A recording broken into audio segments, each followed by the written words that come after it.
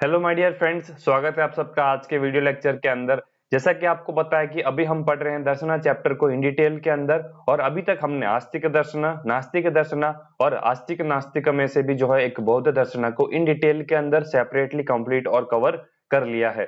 तो आज के इस पर्टिकुलर वीडियो लेक्चर के अंदर हमारा टॉपिक होने वाला है जैन दर्शना। हम पढ़ रहे हैं चैप्टर दर्शना निरूपणा, और मेरा नाम है Bhupendra Sirvi.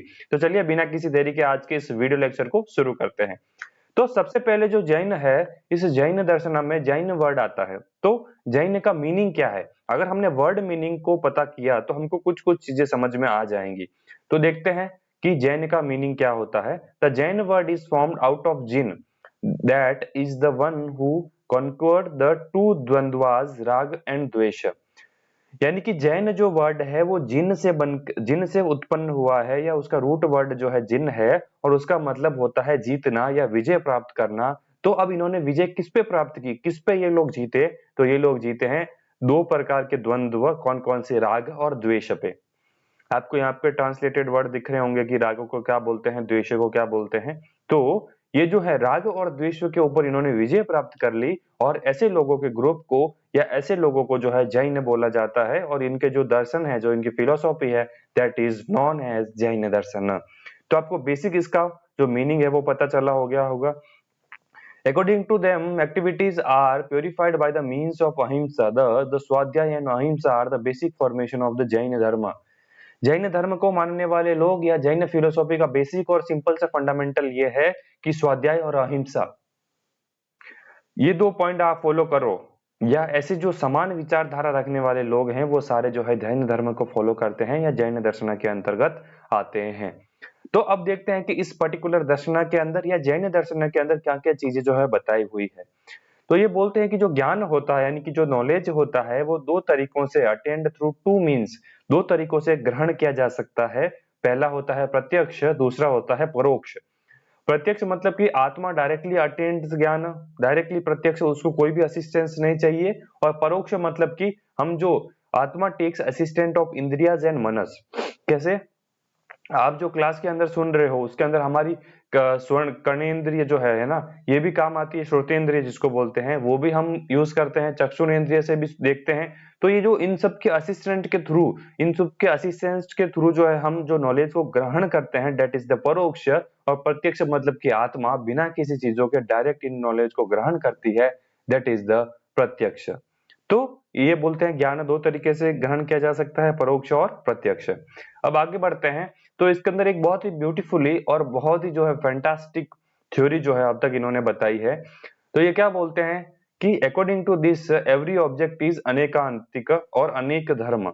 Only person person is केवल ज्ञानी can understand the real truth. जो केवल ज्ञानी है वही लोग जो है इस सृष्टि का जो है रियल नॉलेज या रियल ट्रुथ, जो रियल सत्य है, वो जो है अंडरस्टैंड कर सकते हैं। According to them, the universe can be looked at from many point of view, and that each view yield a different conclusion. Therefore, there are variety of doctrines, so said as the अनिकांतवाद। ये simple सा बोलते हैं कि भाई देखो दुनिया एक ही है, बस इसको जो देखने वाले लोग हैं वो डिफरेंट डिफरेंट हैं, और वो अपने अकॉर्डिंग जो है कुछ न कुछ नया कंक्लूजन निकाल रहे हैं। तो अनेकांतवाद अनेक अनेक लोगों का कंक्लूजन है, उनकी विचारधारा है, उनके बेसिस के ऊपर वो चीजों को जो है जस्टिफाई कर रहे हैं।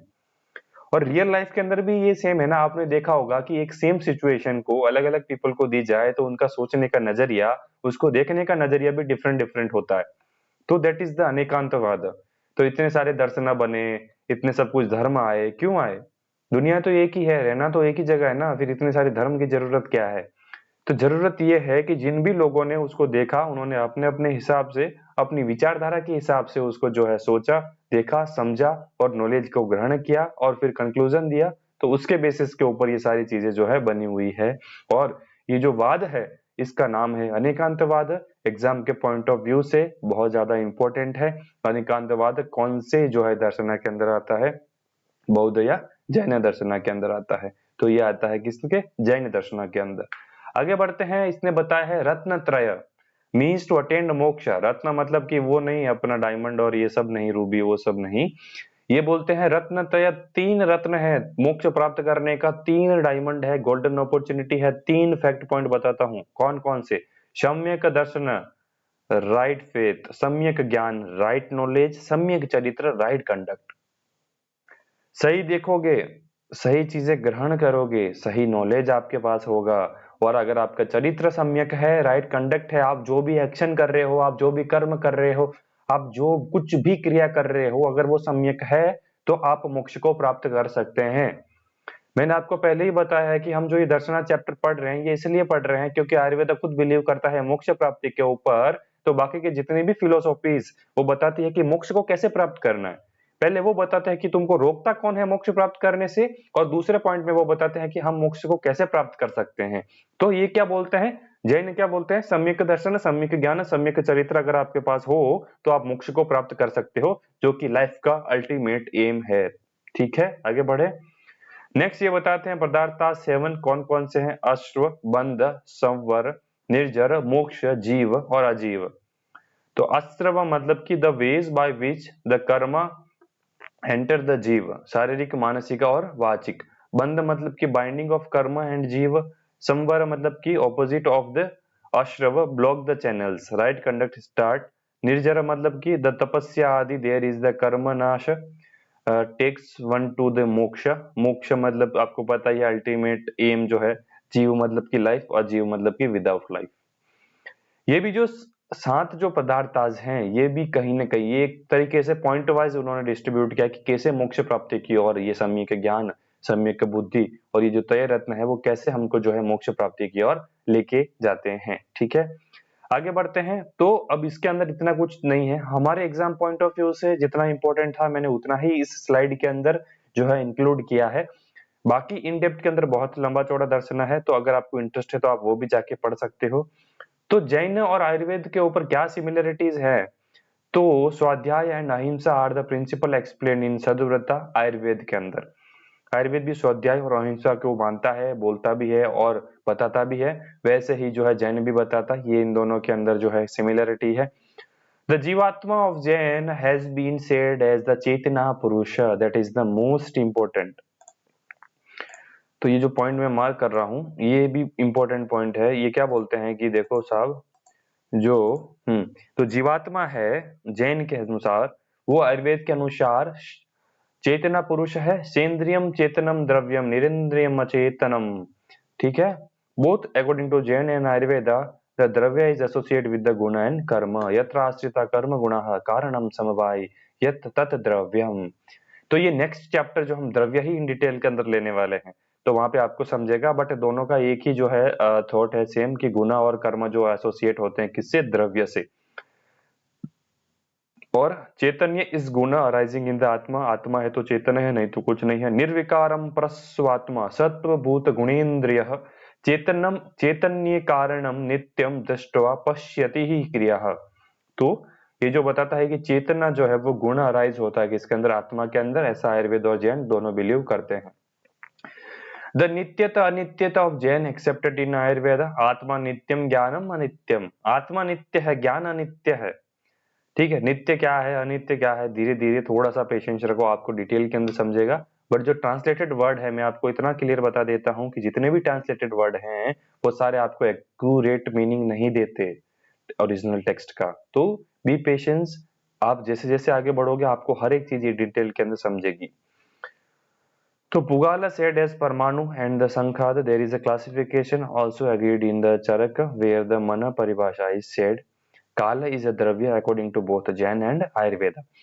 जैन दर्शना आयुर्वेद दर्शना बोथ जो है काल को एज अ द्रव्य, काल मीन्स टाइम आप बोल सकते हो, उसको जो है एज अ द्रव्य एक्सेप्ट करते हैं।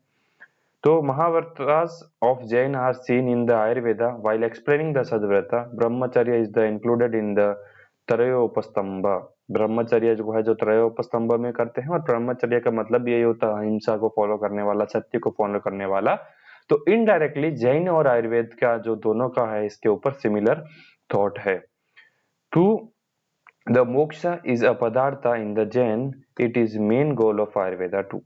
दोनों के अंदर अल्टीमेट करके मोक्ष प्राप्ति ही करना है, ये दोनों के अंदर कॉमन पॉइंट है। ठीक है, आपको समझा होगा। नेक्स्ट आपके जो एकदम बोलते हैं ना पॉइंट वाइज वन वर्ड के लिए एग्जाम पॉइंट ऑफ व्यू से रिमेंबर करने के लिए ये वाली स्लाइड आपको इंपॉर्टेंट है। तो 3 परमानाज दोनों ने एक्सेप्ट किए हैं, सद्वृत्य का कॉन्सेप्ट एक्सेप्टेड है, अहिंसा दोनों बोलते हैं, बिलीविंग आत्मा एंड परमात्मा दोनों जो है आत्मा और परमात्मा पे बिलीव करते हैं, और ultimate aim of life is salvation और मोक्ष और निवारण, निवारण जो बोलते हैं ना वो है। ठीक है, तो ये जो जैन दर्शन है आपको अच्छे से आज के इस वीडियो लेक्चर के अंदर समझा होगा। और माय डियर फ्रेंड्स, बताने के लिए बहुत सारी चीजें हैं इसमें, बट मैं इतना ही लिमिटेड हूँ क्योंकि जो हमारे एग्जाम पॉइंट ऑफ व्यू से जितने हमारे लिए इंपॉर्टेंट है मैं उतना ही जो यहाँ पे कवर कर रहा हूँ। और ये सारे पॉइंट जो है एनसीआईएसएम सिलेबस के अकॉर्डिंग है, तो आपको घबराने की डरने की बिल्कुल भी जरूरत नहीं है। आप बिंदास सीरीज को फॉलो करो, बिंदास नोट्स बनाओ, और एग्जाम के अंदर इससे बाहर कोई सवाल आपका आने वाला नहीं है। अगर आपको ये जो फ्री वीडियो लेक्चर सीरीज है अगर आपके लिए हेल्पफुल है तो प्लीज वीडियोस को लाइक करो, इस वीडियोस को जो अपने फ्रेंड्स के साथ शेयर करो और चैनल को सब्सक्राइब करो। मैं मिलूंगा आपको नेक्स्ट वीडियो लेक्चर के अंदर, तब तक के लिए keep watching, keep smiling and keep studying.